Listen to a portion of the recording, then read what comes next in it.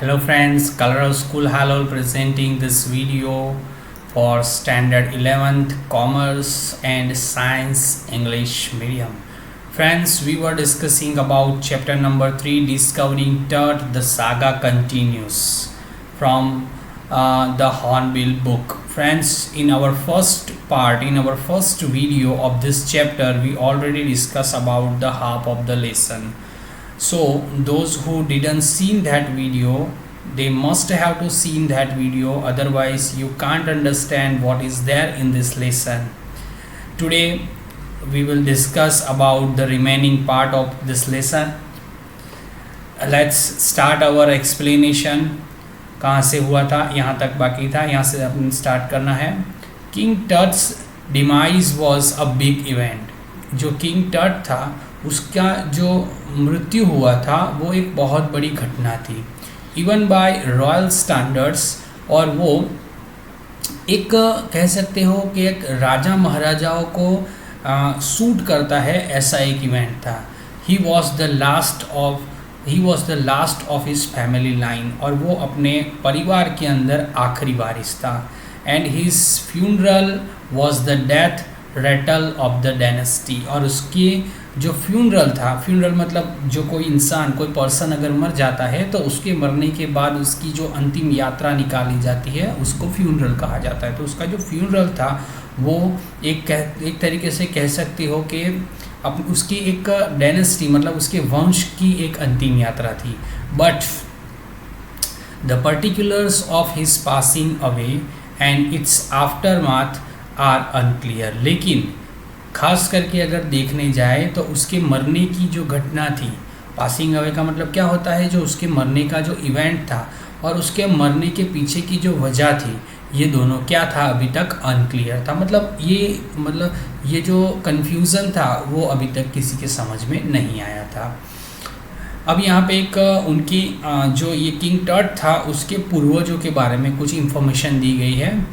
उसमें लिखा है एमेनहॉटेप III जो था टट्स फादर, वो टट का पिता था और ग्रैंडफादर और दादा भी थे. वॉज अ पावरफुल फेरो, और वो शक्तिशाली राजा थे. Who rule for almost 4 decades, उन्होंने लगभग 40 साल तक राज किया था.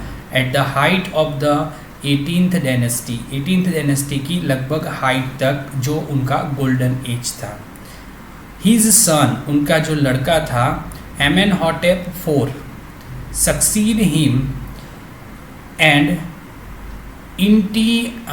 इंटीटाइटेड one of the strongest period in the history of ancient Egypt. उनका जो लड़का था एमेनहॉटेप IV, वो भी एक उनको सक्सेसफुली उनके मरने के बाद वो रूल के अंदर आया और उसने भी अपने आप को काफ़ी स्ट्रॉन्ग प्रोवाइड किया एंशियंट इजिप्ट की हिस्ट्री के अंदर. वो भी एक शक्तिशाली राजाओं में से माना जाता था.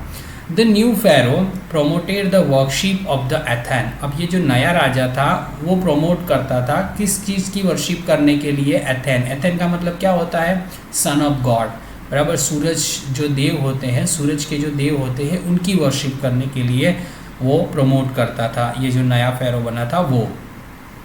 The sun disc changed his name, और उसने जो है अपना नाम जो है वो बदल कर क्या रख दिया, एकेननाथन उसने अपना नाम रख दिया. और सर्वेंट ऑफ एथेन, और उसका दूसरा मतलब क्या होता है, सर्वेंट ऑफ एथेन का सर्वेंट.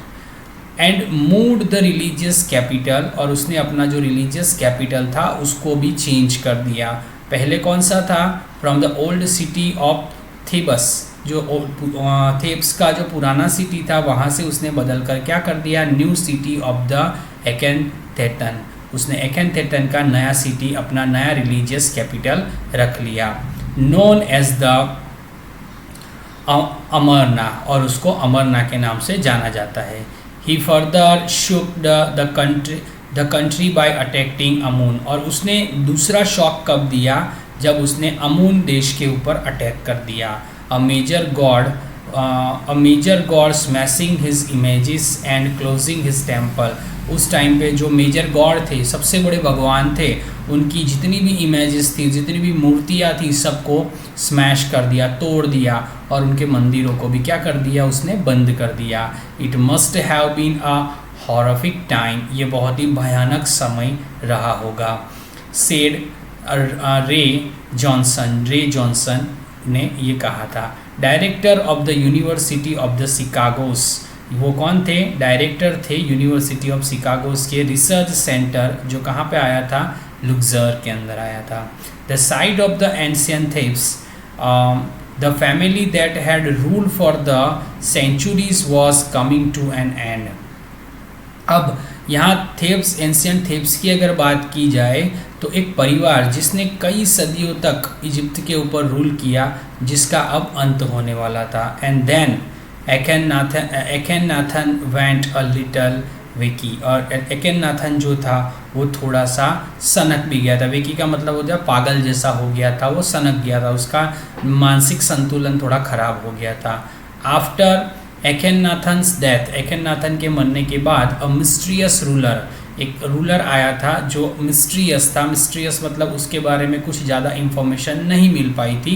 नेम्ड, उसका नाम क्या था? शेमेक, उसका नाम क्या था? शेमन खरे उसका नाम था। Appeared briefly and excited with hardly a trace, और वो क्या था उस समय के अंदर? वो बहुत ही कम, उसके बारे में बहुत ही कम इंफॉर्मेशन, बहुत ही मुश्किल से कुछ इंफॉर्मेशन उसके बारे में मिल पाई थी, बहुत कम लोग उसके बारे में जानते थे। And then a very young Tutankhaten, और उसके बाद टटन खैतन करके राजा आया। टुक द थ्रोन, जो राजा बना, उसने अपना राजा का मुकुट पहना था। King Tut as he widely known today, और आज जो है वो टटन खैतन जो है वो राजा टट के नाम से आज फेमस है। The boy king soon changed his name, जो एक बॉय किंग था, बराबर एक बच्चे जैसा राजा था, जिसने अपना नाम बदलकर टुटनखेमन कर दिया था। लिविंग इमेज ऑफ अमून, जिसका मतलब क्या होता है? अमून की एक लिविंग इमेज। अमून जो सबसे बड़ा गॉड था, जिसकी मूर्तियाँ उसके पूर्वजों ने तोड़ दी थी, मंदिर बंद करवा दिए थे, उसने अपना खुद का नाम वही रख लिया। And over show a restoration of his old veg, और उसने अपने पुराने रीति रिवाजों को वापस से जिंदा किया था। ही रिजेन फॉर अबाउट 9 years, 9 साल तक उसने रूल किया था, राज किया था। एंड देन डाइड अनएक्सपेक्टेडली, और वो बाद में अनएक्सपेक्टेडली मर गया था। Regardless of his fame and speculations about his fat, अब उसके बारे में क्या बताया गया है? उसका जो टाइम पीरियड था, और उस टाइम पीरियड के अंदर उसकी जो प्रख्याति थी, मतलब जो फेमस हुआ था, उसके बारे में बहुत सारी ऐसी अटकड़ें लगाई जा रही थी उसके होने को लेकर। टट is a one mummy among many in Egypt, टट भी एक ममी था जो बहुत सारे ममी जो थे उसके अंदर, इजिप्ट के अंदर वो मिला था। हाउ मैनी, कितने? नो वन नोस, कोई नहीं जानता। The Egyptian mummy project, Egyptian का जो ममी प्रोजेक्ट था, which began in inventory in late 2003, Tut के अलावा दूसरे जो ममी के प्रोजेक्ट थे वो बाद में 2003 के अंदर इन्वेंट किए गए थे, खोजे गए थे। हैज़ रिकॉर्डेड, 2003 के रिकॉर्ड के हिसाब से लगभग ऑलमोस्ट 600 एंड सो फार 600 से ज़्यादा जो ममीज़ थे वो इजिप्ट के अंदर पाए गए थे। एंड इट्स काउंटिंग, और अभी भी वो गिने जाते हैं, मतलब अभी उसका काउंटिंग चालू था 2003 के बाद। The next phase scanning the mummies with the portable city machine donated by the national geography society and siemens. अब क्या हुआ? दूसरा जो फेज था, दूसरा जो पड़ाव था वो क्या था? स्कैनिंग। अब उसकी जो बॉडी थी, उस मम्मी को जो था वो पूरी तरीके से स्कैन करना था, जिसको पोर्टेबल एक सिटी मशीन स्कैन मशीन में लिया गया था, जो मशीन को डोनेट किया गया था नेशनल जियोग्राफी सोसाइटी सीमन के द्वारा। इट्स मैन्युफैक्चर, और उसको बनाया गया था king Tut is one of the first mummy to be scan, और किंग टट ये पहला ऐसा ममी था जिसको स्कैन किया जा रहा था। In death as in life moving regularly ahead of his countryman, उसकी जो मौत थी, उसकी जो ज़िंदगी थी, उसकी जो लाइफ गुजरी थी, उसके जो लोग थे, इन सब के बारे में अब थोड़ा बहुत पता चलेगा सीटी स्कैन के बाद। A CT machine scan the mummy head to toe, CT scan machine ने उस ममी को सिर से लेकर टॉ मतलब के पैर के अंगूठे तक पूरी तरीके से स्कैन किया, creating 1700 digital X-ray images in cross section. Cross section के अंदर 1700 डिजिटल एक्सरे निकाले गए। टट्स हेड, टट का जो सिर था, स्कैन इन 0.62 मिलीमीटर्स, टट के हेड को 0.62 मिलीमीटर तक स्कैन किया गया। और slice to register its intricate structures, और छोटे से छोटे उसके जो टुकड़े थे, 0.62 जो मिलीमीटर स्लाइस के छोटे से छोटे टुकड़े थे, उसको भी स्कैन किया गया और अच्छी तरीके से उसके बारे में जांच की गई। टेक्स द एरी डिटेल, मतलब पूरी डीप में उसके बारे में इंफॉर्मेशन ली गई इनटू द रिजल्टिंग इमेज, और बाद में उसका एक इमेज बनाया गया। विथ टट्स एंटायर बॉडी, टट की पूरी बॉडी जो थी similarly recorded. A team of the specialist in radiology, forensic and anatomy began to probe the secret that winged goddess of a glided burial Shireen protected for so long। अब यहाँ पे क्या बताया गया है, टट के जो पूरी बॉडी थी, वो बॉडी जो थी वो एक कह सकते हैं कि पूरी बॉडी को अलग अलग तरीके से रिकॉर्ड किया गया। उसकी पूरी टीम आई थी, खास करके स्पेशलिस्ट थे रेडियोलॉजी के, फॉरेंसिक डिपार्टमेंट के, एंटोनॉमी के, मतलब एटोनॉमी के, जितने भी जो उस बॉडी के जो रिलेटेड जो भी इंफॉर्मेशन गेन करने के लिए एक्सपर्ट आए हुए थे, उन सब ने उस सीक्रेट के लिए जानने के लिए कोशिश की। और उसके बाद जो काफ़ी टाइम से वो जो ममी जो थी वो अंदर कहाँ पर, कब्र के अंदर पड़ी हुई थी, किस तरीके से उसको वापस से रखा जाए, किस तरीके से उसको प्रोटेक्ट किया जाए, उस बारे में सब लोगों ने डिस्कस किया। The night of the scan, जिस नाइट जो रात को उसको स्कैन होना था, वर्कमैन कैरी टट फ्रॉम द टॉम, और वर्कमैन मतलब जो मजदूर लोग थे, वो लोगों ने उस बॉडी को टॉम से निकाला। इन हिज बॉक्स, उसने बॉक्स में निकाला। Like the Parabellers, they climbed a ramp and fight up the stairs into the swelling sand outside। अब उन्होंने क्या किया, उसको ऊपर चढ़ने के लिए एक बहुत बड़ा स्टीयर लाया गया, बहुत बड़ी सीढ़ी लाई गई, और उसके बाद उसको सही तरीके से रखा गया ताकि उसको कम्प्लीटली उसको अच्छी तरीके से स्कैन किया जाए, और उसके बाद उसको अच्छी तरीके से स्कैन किया गया। Like the Palabearers, they climb a ramp and fight up the stairs into the swirling sand outside, then rose a hydraulic lift on the trailer and held the scanner। अब उसको क्या किया गया, बहुत ही बारीकाई से, बहुत ही ध्यान से उसके ऊपर काम किया गया, और उसके ऊपर पूरी तरीके से कंप्लीट इन्वेस्टिगेशन करने के बाद उसको स्कैन किया गया। 20 मिनट्स आफ्टर, 20 मिनट के बाद, 2 मैन इमर्ज, 2 लोग वहाँ पे दिखे। Sprinted for office near by, और वो ऑफिस के आसपास भटक रहे थे, बराबर है, यहाँ वहाँ कुछ खोज रहे थे। And return with a pair of white plastic fan, और जब वो ऑफिस से बाहर निकले तो उन्होंने प्लास्टिक के जो 2 फैन थे, पंखे थे, वो अपने उनके हाथ में थे, उनकी 2 पैर हाथ में थी। The $1 million scanner had quite because of a sand in a cooler fan. अब जो $1 million का ये जो स्कैनर था वो अब ख़राब हो चुका था, क्योंकि उसके अंदर जो रेत थी वो उसके कूलर फैन के अंदर घुस गई थी। Curse of a pharaoh joked a guard nervously, एक गार्ड ने एक नर्वसली तरीके से जॉक करते हुए कहा कि ज़रूर फ़ेरो का शाप लगा होगा, फ़ेरो की बद्दुआ लगी होगी। Eventually the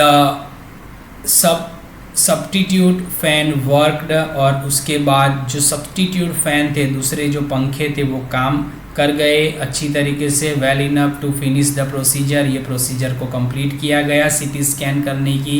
after checking that no data had been lost, और उसके बाद पता चला कि कोई भी डेटा लॉस्ट नहीं हुआ है। द टेक्नीशियंस टर्न टर्ट ओवर द वर्कमैन, टेक्नीशियन ने टर्ट की बॉडी को वापस से वर्कमैन को दे दिया। Who carried him back to his tomb, और जिन्होंने उसको टॉम में वापस डाल दिया। लेस देन द 3 आवर्स, 3 घंटे से भी कम टाइम पीरियड में, after he was removed from the coffin, उसको कॉफिन में से निकाला गया था, तब से लेकर 3 घंटे से भी कम टाइम पीरियड में ये प्रोसेस कंप्लीट कर दी गई। The pharaoh again rested in peace, pharaoh जो था वो वापस से रेस्ट इन पीस चला गया, शांति आराम करने के लिए। where the funerary priest had laid him so long ago, जहाँ पे वहाँ के जो चर्च के जो पंडित थे, चर्च के जो पादरी थे, उन्होंने उसको वापस से जो लगाया था, जहाँ पे डाला था, वहाँ पे वो वापस चला गया। Back in the trailer of a technician pulled off astonishing images of tert on a computer screen, और उसके बाद जो टेक्नीशियन थे उन्होंने इस टर्ट के रिलेटेड जितनी भी उसके साथ जुड़ी हुई जितनी भी इमेजेस थी उसको कंप्यूटर स्क्रीन के ऊपर सेट किया। अ ग्रे हेड टूक shape from a scattering of pixel, उसका जो हेड था उसके जो शेप थे वो अलग अलग पिक्सल में खींचे गए थे। And the technician spawn and title it in every direction, और टेक्नीशियन ने उसको उसका जो स्कल था, उसकी जो हेड थी, उसका जो दिमाग था, वो सारी चीज़ों को उसने अलग अलग डायरेक्शन से ढूंढकर अलग अलग डायरेक्शन से बहुत ही ध्यान से देखा। Neck vertebrae appears as clearly as anatomy class, और वर्क जो नीक मतलब जो गर्दन की जो वर्टिब्रेट थी वो एंटोनॉमी क्लास जैसे क्लियर दिख रही थी। Other images revealed in hand, और दूसरे भी इमेज जो थे वो हाथ में रखे हुए थे। Several view of the rib cage, कुछ जो थे वो छाती के हड्डी के थे। And the transection of the skull, और दूसरे जो थे वो स्कल के थे। But for now the pressure was off, अब जो था प्रेशर एकदम से रिलीफ हो चुका था, क्योंकि जो प्रोसेस करनी थी मेन प्रोसेस वो क्या थी, सीटी स्कैन थी जी, क्या जो अब ख़त्म हो चुकी थी। Sitting back to his chair, अपनी चेयर में बैठने के बाद जूही हवस कौन था, वो पर्सन था जो 2005 के अंदर टर्ट की बॉडी को टॉम से निकाल कर उसने ये जो प्रोसेस की थी उसका मेन पर्सन था जूही हवस। तो उसने स्माइल किया, visibly relieved that nothing had gone seriously wrong, और उसको ये चीज़ की तसल्ली हुई कि कुछ भी बहुत ही सीरियसली ख़राब नहीं हुआ। I didn't sleep last night, में पिछली रात नहीं सोया था। नॉट फॉर अ सेकेंड, एक सेकेंड के लिए भी नहीं सोया था। ही सेड, उसने कहा। आई वॉज सो वरीड, मुझे बहुत चिंता हो रही थी। But now I think I will go and sleep, लेकिन अब मुझे लगता है कि मैं जाके सो पाऊँगा। By the time we left the trailer, जब हम लोग वहाँ से निकल रहे थे, डिस्क्रीनिंग मेटल स्टेयर्स, और जब हम लोग डिसेंडिंग मतलब कि वहाँ से उतर रहे थे मेटल की जो स्टीयर थी टू द सैंडी ग्राउंड, जो रेत वाली ज़मीन के ऊपर। द विंड हैड स्टॉप, तो उस टाइम पे हवा जो थी वो रुक चुकी थी, थम चुकी थी, शांत हो चुकी थी। द विंटर एयर ले कोल्ड, जो सर्दी की जो हवा थी वो ठंडी हो चुकी थी। एंड स्टील, और वो एकदम शांत हो चुकी थी। लाइक द डेथ इटसेल्फ, जैसे किसकी मौत ना हुई हो, ऐसे सन्नाटा छा गया था। In this valley of the departed, जो ये वैली ऑफ डिपार्टेड था, वैली ऑफ डिपार्टेड मतलब जहाँ पे इन लोगों को दफनाया गया था, ममीज़ लोगों को, वहाँ पे just above the entrance of the tombs Tut's tomb stood Orion, वहाँ पे ऊपर साइड पे एंट्रेंस की साइड पे एक टर्ट का जो टॉम था उसके एंट्रेंस साइड पे ओरियन शेप के अंदर कुछ आसमान में दिख रहा था। The constellation that the ancient Egyptian know, और ये जो कॉन्स्टिलेशन था जो पुराने इजिप्टियन लोग जानते थे वो कौन था, द सॉल ऑफ द ऑजिरिस था। सॉल ऑफ द ऑजिरिस, ऑजिरिस की एक आत्मा थी। The God of the after life. और ओजिरिस कौन थे? मरने के बाद के देवता। जैसे हिंदू धर्म के अंदर जब कोई पर्सन मर जाता है तो मरने के बाद उसके आफ्टर गॉड कौन होते हैं? तो चित्रगुप्त होते हैं और यमराज होते हैं। वैसे इस इजिप्ट के अंदर ओजिरिस जो है वो आफ्टर डेथ, आफ्टर लाइफ के जो भगवान होते हैं उनका जो सिंबल था वो आसमान में दिख रहा था उनको, watching over the boy king. और वहाँ से शायद ये जो बॉय किंग मतलब के टॉट राजा जो था वो वहाँ से शायद आसमान से हम सबको देख रहा था कि किस तरीके से उसकी बॉडी को हमने स्कैन किया और किस तरीके से हमने ये जो प्रोजेक्ट था उसको कंप्लीट किया। ये सारी प्रोसीजर शायद आसमान से बैठकर ये किंग, हज़ारों साल पुराना ये किंग जो था उसकी आत्मा वहाँ से देख रही हो, ऐसा फीलिंग हमको होने लगा। तो ये नेशनल जियोग्राफी वॉल्यूम 207 नंबर 6 का सोर्स था, एक लेसन था जिसमें टॉट जो था वो एक किंग था एंसेंट इजिप्ट का जो 3000 से भी ज़्यादा साल पुरानी जिसकी एज थी उसको उसके ऊपर खोजने का काम और उसकी जो टॉम थी उसको खोजने का काम और उसके ऊपर जो भी प्रोसेस करनी थी उसके बारे में यहाँ पे एक इंटरेस्टिंग जो फैक्ट थे वो हमको बताए गए थे। आई होप पार्ट 1 और पार्ट 2 के एक्सप्लेनेशन के थ्रू आपको ये पूरा लेसन समझ में आया होगा। Related the question answer of this explanation I will send you through the PDF, बराबर। you have to write down that in your notebook, ठीक है। और दोनों पार्ट को 1 by 1 देखना तो पूरे लेसन का एक्सप्लेनेशन आपको completely समझ में आ जाएगा। In our next video we will discuss about our new lesson, ठीक है। तब तक के लिए बाय।